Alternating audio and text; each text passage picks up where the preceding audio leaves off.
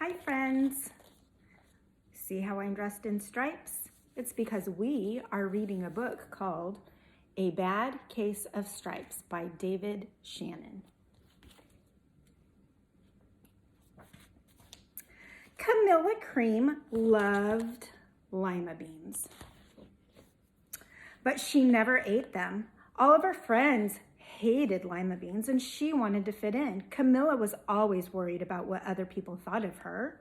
Today, she was fretting even more than usual. It was the first day of school and she couldn't decide what to wear. There were so many people to impress and she tried on 42 outfits, but none seemed quite right. She put on a pretty red dress and looked in the mirror. Then she screamed. Her mother ran into the room and she screamed too. "Oh my heavens," she cried. "You're completely covered with stripes." This was certainly true. She felt Camilla's forehead. "Do you feel all right?" she asked. "I feel fine," Camilla answered. "But just look at me." "You get back in bed this instant," her mother ordered. "You're not going to school today." Camilla was relieved. She didn't want to miss the first day of school, but she was afraid of what other kids would say, and she had no idea what to wear with those crazy stripes.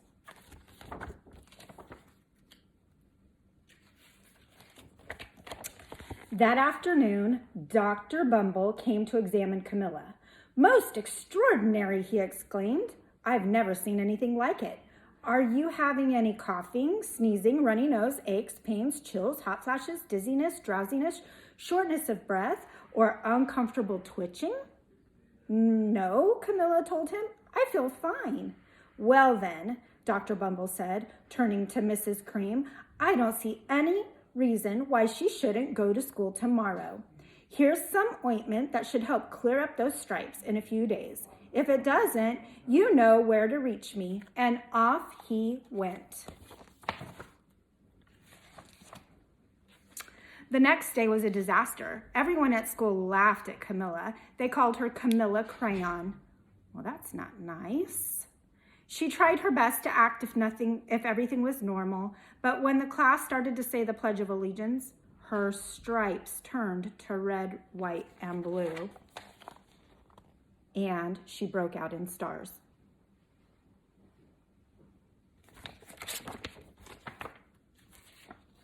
The other kids thought this was great. One yelled out, "Let's see some purple polka dots." Sure enough, Camilla turned all purple polka dotty. Someone else shouted, "Checkerboard," and a pattern of squares covered her skin. Soon, everyone was calling out different shapes and colors, and poor Camilla was changing faster than you can change the channels on TV. That night, Mrs. Harms, the school principal, called. "I'm sorry, Mrs. Cream," he said. "I'm going to have to ask you to keep Camilla home from school. She's just too much of a distraction, and I've been getting calls from all the other parents. They're afraid those stripes might be contagious." Camilla was so embarrassed. She couldn't believe that 2 days ago, everyone liked her. Now nobody wanted to be in the same room with her. Her father tried to make her feel better. "Is there anything I can get you, sweetheart?" he asked. "No, thank you," sighed Camilla. What she really wanted was a nice plate of lima beans, but she had been laughed at enough for one day. Those friends at school were not being nice. I'm so glad that our friends at school don't act like that. They treat each other kindly. Well, yes, I see," Dr. Bumble mumbled when Mrs. Cream phoned the next day. "I think I'd better spring into the specialists. We'll be right over." About an hour later, Dr. Bumble arrived with 4 people in long white coats. He introduced them to the Creams. "This is Dr. Gop, Dr. Sponge, Dr. Cricket, and Dr. Young." Then the specialists went to work on Camilla. They squeezed and jabbed and tapped and tested. It was very uncomfortable. "Well, it's not mumps or measles, and it's definitely not the chicken pox or a sunburn. Try these," said the specialist. They handed her a bottle full of different pills, and they said to take one before going to bed. Then they filed out the door, followed by Dr. Bumble.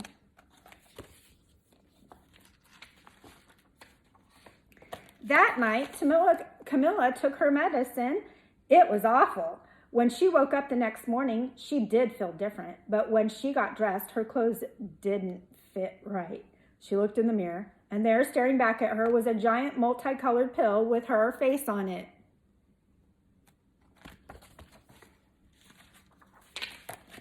Dr. Bumble rushed over as soon as Mrs. Cream called, but this time, instead of the specialists, he brought in the experts.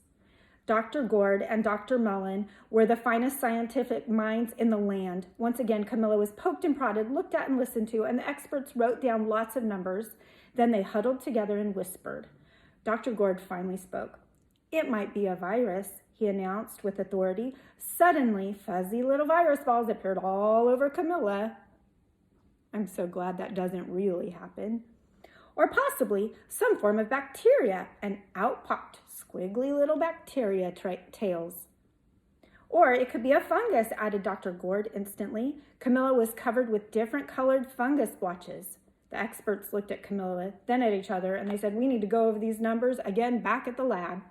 Dr. Gord explained, "We'll call you when we know something." But the experts, they didn't have a clue or a cure.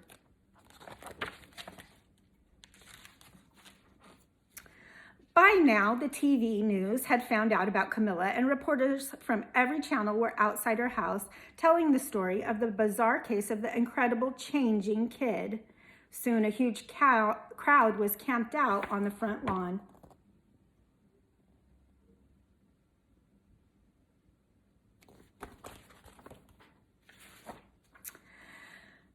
The Creams were swamped with all kinds of remedies, from the psychologist, the allergist, the herbalist, the nutritionists, and an old medicine man, and even a veterinarian. Each so-called cure only added to poor Camilla's strange appearance until it was hard to even recognize her. She sprouted roots and berries and crystals and feathers and a long furry tail, but nothing worked.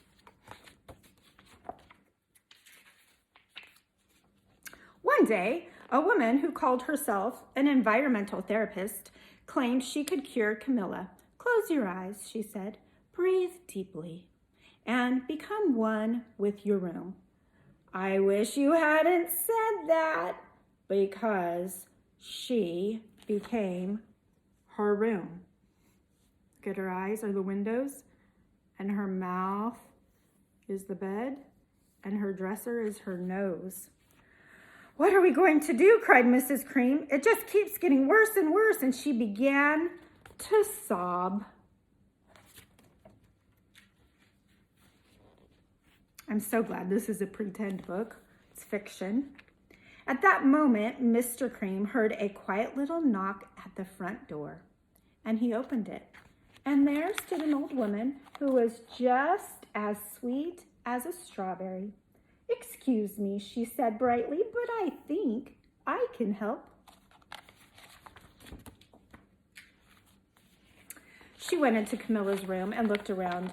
"My goodness," she said with a shake of her head, "what have we here is a bad case of stripes. One of the worst cases I've ever seen." She pulled a container of small green beans from her bag. "Here," she said, "this might do the trick." "Are those magic beans?" asked Mrs. Cream. "Oh my, no," replied the kind old woman. "There's no such thing. These are just plain old lima beans." "I'll bet you'd like some, wouldn't you?" she asked Camilla. Camilla wanted a big, heaping plate full of lima beans more than just about anything, but she still was afraid to admit it. "Yuck," she said. "No one likes lima beans, especially me." "Oh dear," the old woman said sadly. "I guess I was wrong about you." She put the beans back in her bag and started towards the door. Camilla watched the old woman walk away. Those beans would taste so good, and being laughed at for eating them was nothing compared to what she was going through now, so she finally couldn't stand it.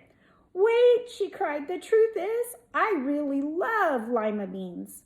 "I thought so," the old woman said with a smile. She took a handful of beans and popped them into Camilla's mouth. "Mmm," said Camilla. What do you think's going to happen? I think she stopped worrying about what other people thought and started thinking about what was best for her. Suddenly, the branches, feathers, and squiggly tail began to disappear. Then the whole room swirled around. When it stopped, there stood Camilla, and everything was back to normal. "I'm cured," she shouted. "Yes," said the old woman. "I knew the real you was in there somewhere." She patted Camilla on the head. Then she went outside and vanished into the crowd. Look at, she was a little girl again. And look at that smile on her face.